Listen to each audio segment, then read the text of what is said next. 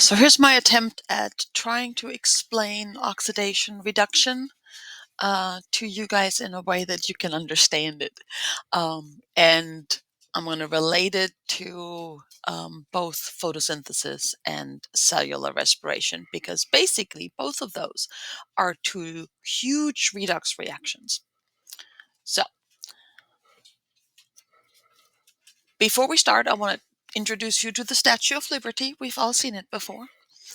It used to not look the way it does now. It used to be red, copper colored. Copper, when exposed to the air, we all know this, right? We've all seen a penny before, or maybe the Statue of Liberty, or any kind of statue that was copper. They're all green now. The reason why they're green is because they've been exposed to the air, and the word we're looking for here is oxidized. They've been oxidized.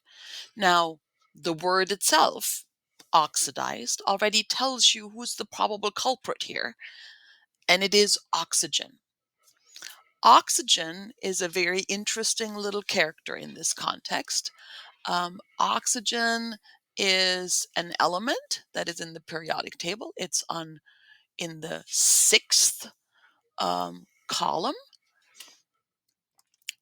And in the sixth column, that means that the outer shell has 6 electrons. It wants 8. Remember valence electrons, the octet rule, all of that kind of stuff, right?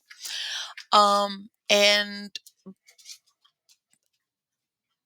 oxygen, I refer to it as a bully. In chemistry, bullies are called electronegative. So oxygen is very electronegative. That's another term for bully in chemistry. And oxygen steals electrons from other things. Those electrons that are stolen, that process is called oxidation. So whoever loses their electrons, they're said to be oxidized. Whoever gains the electrons, they're said to be reduced. This is really hard to remember. Students get this confused all the time. Instructors get this confused all the time because it's really hard to talk about a gain of something as a reduction. So in order to try to help ourselves with that, we made this mnemonic device called oil rig. Oxidation is loss, reduction is gain. And reduction in the olden days actually came from historical purposes because actually stuff loses weight during melting, but that's neither here nor there. We're going to talk about the reduction and the loss of electrons here.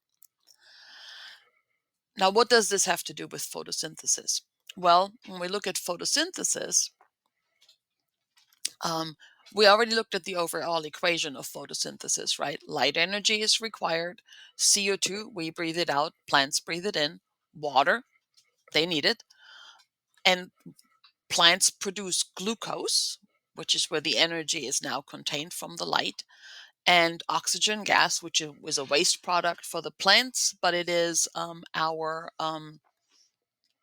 thing we need, right?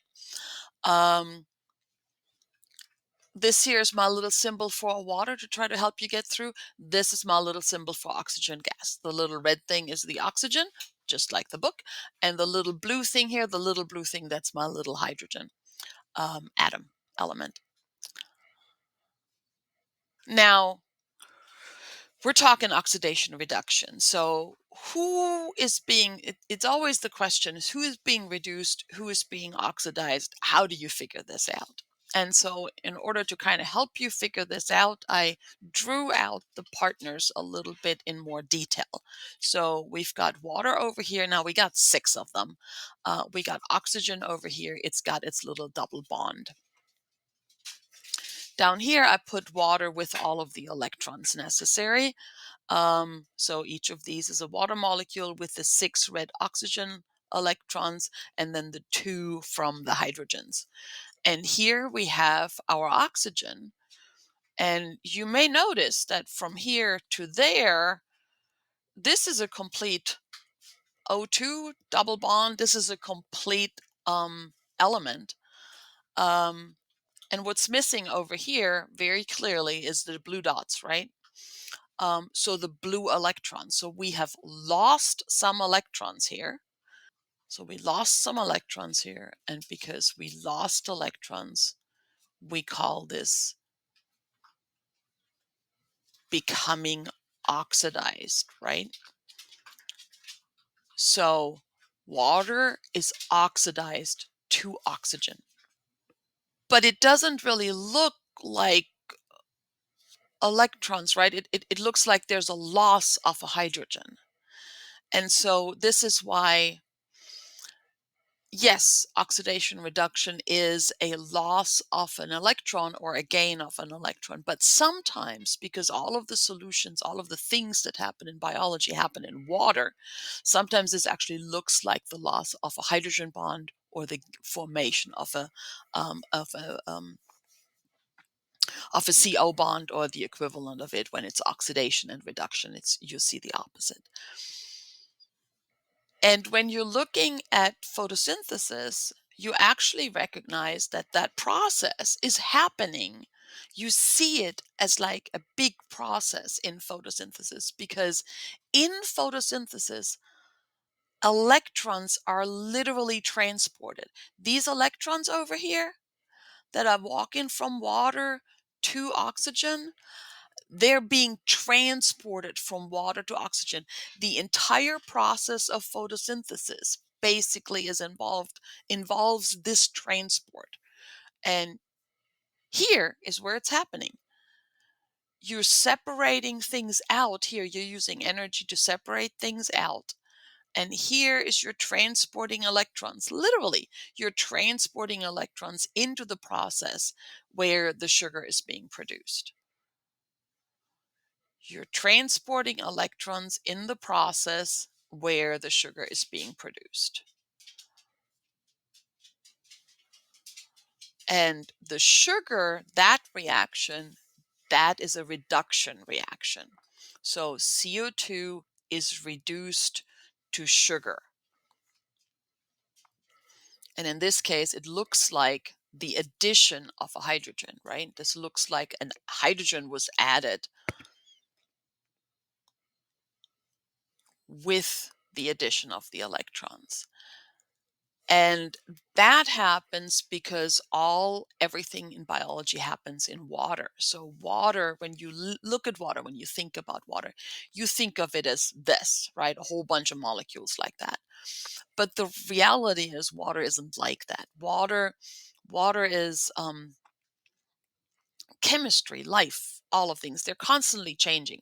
These molecules, they're constantly moving around each other. And so an electron will jump from one little water molecule to the other. A hydrogen, a proton will jump from one water molecule to the other.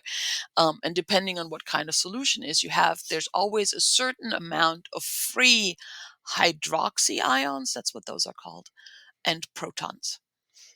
So H plus, those are protons, those are hydrogens that have lost their electron, and hydroxy ions are water that have lost their proton.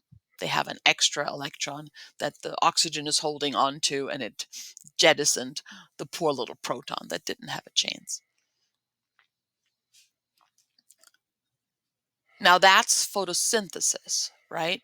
Water loses an electron to oxygen. CO2 becomes reduced to sugar. Cellular respiration is a little different though, right? You're starting with glucose and with oxygen, and you're going to end up with CO2, water, and a bunch of energy. So how does this work here?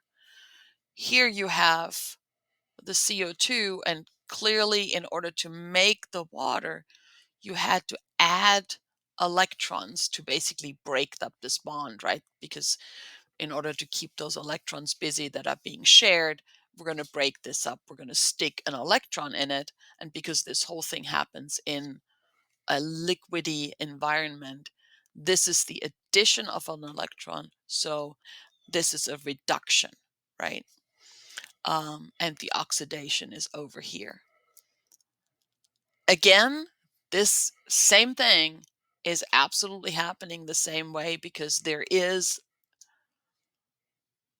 the entire process that's going on in the mitochondrium is a big oxidation reduction um, procedure, and these electrons are literally carried over to where they are needed, in order to make this process happen, from the oxygen, converting the oxygen back into water.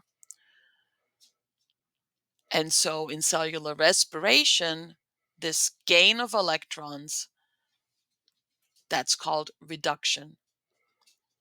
And where these electrons are coming from, here's glucose. These electrons have got to be coming from somewhere. They don't come out of thin air. Where these electrons are coming from is sugars. Most sugars are easily oxidized. They give up electrons very easily. Um, and so when we take the sugars, when we break them down, we pull these electrons out. And when we pull the electrons out, that is what the electrons are that drive off oxidative phosphorylation, which then allow us to create ATP.